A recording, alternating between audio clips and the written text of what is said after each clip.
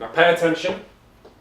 This is a real quest. Middle-earth quest. It is as much a game as a journey you embark on with your friends. This box is a vessel that will carry the lot of you deep into a soporific summer's night. Middle-earth quest tells the story of the Lord of the Rings, but before Frodo left the Shire and did all the other things, it's still got Gandalf and wargs and misty mountaintops and everything else, but none of that really matters. No, it doesn't matter, because just like the Game of Thrones board game, the amazing Game of Thrones board game we looked at on our blog, this isn't a game for Lord of the Rings fans. It's just a fantastic game. We don't have enough room. That's fine, I'll sort it. Okay, so in Middle-earth Quest, up to 3 players are working in a fellowship against the Dark Lord Sauron. You'll be hiking exhaustedly across the map, standing up to dangers at great personal cost. By the end of the game, your battles will have left you exhausted, hopeless, ostracised, or worse. Actual heroics. You hear that, Defenders of the Realm? Look at all this stuff, look at everything this doesn't even fit my table, and there's still things left in the box. But anyway, regardless of all this, the real mithril under the cloak of this game, the thing that really gives the game tension, makes it special, is though it's co-op, you'll have another player who is Sauron. The evil puppet, the evil puppet master who controls every minion on the board, who's behind every plot, who's masterminding the actions of every lieutenant, who controls every fleck of evil influence spreading across the land. Are you hot in there? I was going to sneeze, sorry. Yeah, no, it is really hot. Is it like allergies? It's really hot. I don't know. Come join me. Sauron's control panel. Okay, so there are so many reasons why this is cool. First of all, you get to be a real thoroughbred antagonist. You get to try and ruin the hero's day. You get to try and ruin Middle-earth. You're just a ruiner. And that's fun, that's cool. Second reason it's nice.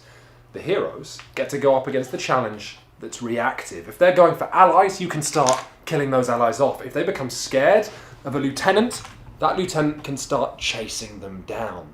But the third reason, the most important reason, the reason I love it, is that it's asymmetric design. That's one of my top things. The Sauron player, he's not just playing from another side, he's playing an entirely different game. And I love that. To get a bit technical for a second, it's really cool to go through an experience with people and have it be utterly different because you're both seeing it from 2 different sides. You finish this game, the Sauron player is going to drop his evil front and he's going to say, "Oh my god, I was I'm going to tell you. Tell me. I was bricking it when you almost shut down that plot in Isengard. In Isengard? Yeah. Really? Yeah. Well, what were you doing with the ring wraiths and like the bit in the south? And you'll do this, and you'll tell these stories, and you'll laugh, and you'll play with each other's hair, and you'll just see where the evening goes. What, all four of you? No pressure. All 4 no of you pressure. will see where the evening Just see where it goes. Why would that happen?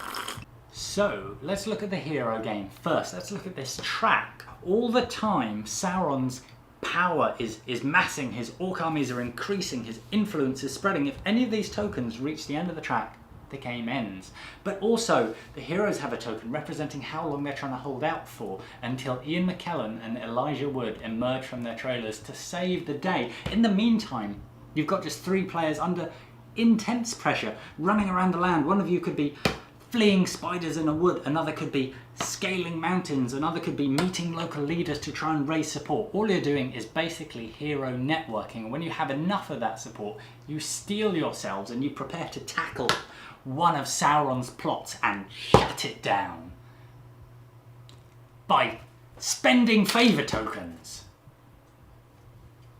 So something else that lends Middle-earth Quest the exact epic feel that Defenders of the Realm, we hate that game, lacks, is the fact that it's absolutely fascinated by modelling hero exhaustion. Your health is actually a deck of cards, and as you use your abilities, as you strategize or charge or travel, mapping the symbols to the various logos around the board, you're burning stuff, you're putting it in your rest pool, and you're only going to be able to get that back, put it back on your deck, when you find the time to rest. And worse, should you actually get physically hurt, it goes in a damage pool where you also can't get to it. You'll only get that back when you rest in a city. All of this leads to you emerging from forests and swamps, broken and bruised and mangled, the equivalent of a guy at a party where it's 2 a.m. and you're covered in booze and you probably shat yourself, and you see a girl and you think, I'll probably took that girl, it'll be fine. And your friends go, no, you should rest, no, don't do that. And you go, I put enough cards together, I can just see one more thing I talked to her about.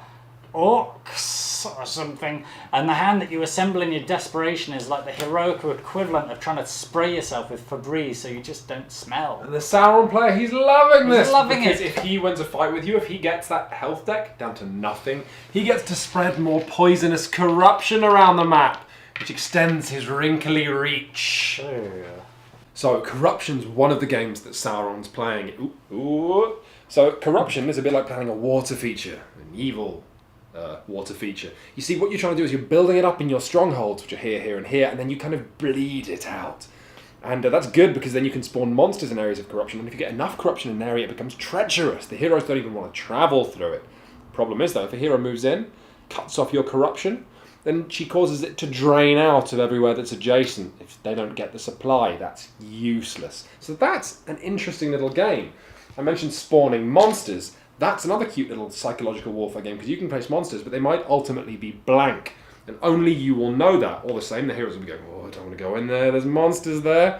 You want to talk about real psychological warfare, though? You have your massive lieutenants. The impact of these huge miniatures alone, you put that in the path of a hero, he's going to think twice about moving through them. See, Sauron's for someone a bit like me, someone who's played a lot of games in their life, someone who's just a bit jaded, you know? Whereas the heroes have an experience that's a little bit more passive. They just get to enjoy a good adventure, and it's made a little more colourful by these event cards. They paint in the gaps in the story. For example, you don't just walk into a city, you collapse into the arms of the city guards, or rather than simply strolling through a forest, you could encounter an orc foundry by accident. Although that's not to say that the heroes can't also produce a few surprises of their own, because they can. In our first game, I was playing the elf, Beravor. While my ally Aemeth had been flinging himself and his horse at monsters the whole game, like Middle-earth police, Beravor had been journeying, talking to people. She was a survivalist, capable of living out in the wilderness for months on end. Then one turn she comes out of the forest. She arrives at a town where rests the Dark Lord of Harad. Around the table we imagined him as sat in a pub. And she walks in. A tiny girl walks up to the legendary Black Serpent. What happens next is I play an Anticipate card, and he drops Strategize. Not moving a muscle, these two noble figures simply size each other up. Everyone around the table is rapt. And then I play Execute. The knife comes out, it comes up, lodging itself into Black Serpent's throat, killing him instantly. Our Sauron player couldn't believe it. What? He cries, eyes growing to the size of dinner plates, and we all joked that after that my elf just walked out of the pub, leaving the Lord of Harad to bleed into his dinner. Actual heroics.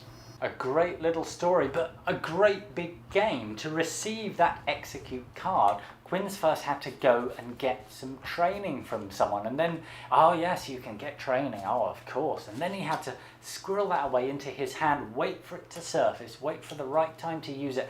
As you can see, there's a lot going on in this game, so much. There's so much on offer as well. It's not just a game that tells stories or a good storytelling device. The game is a story. Story is a game. Shut Up and Sit Down absolutely recommends Middle-earth Quest. Stop blowing the Witch King. Stop it. Stop blowing the influence.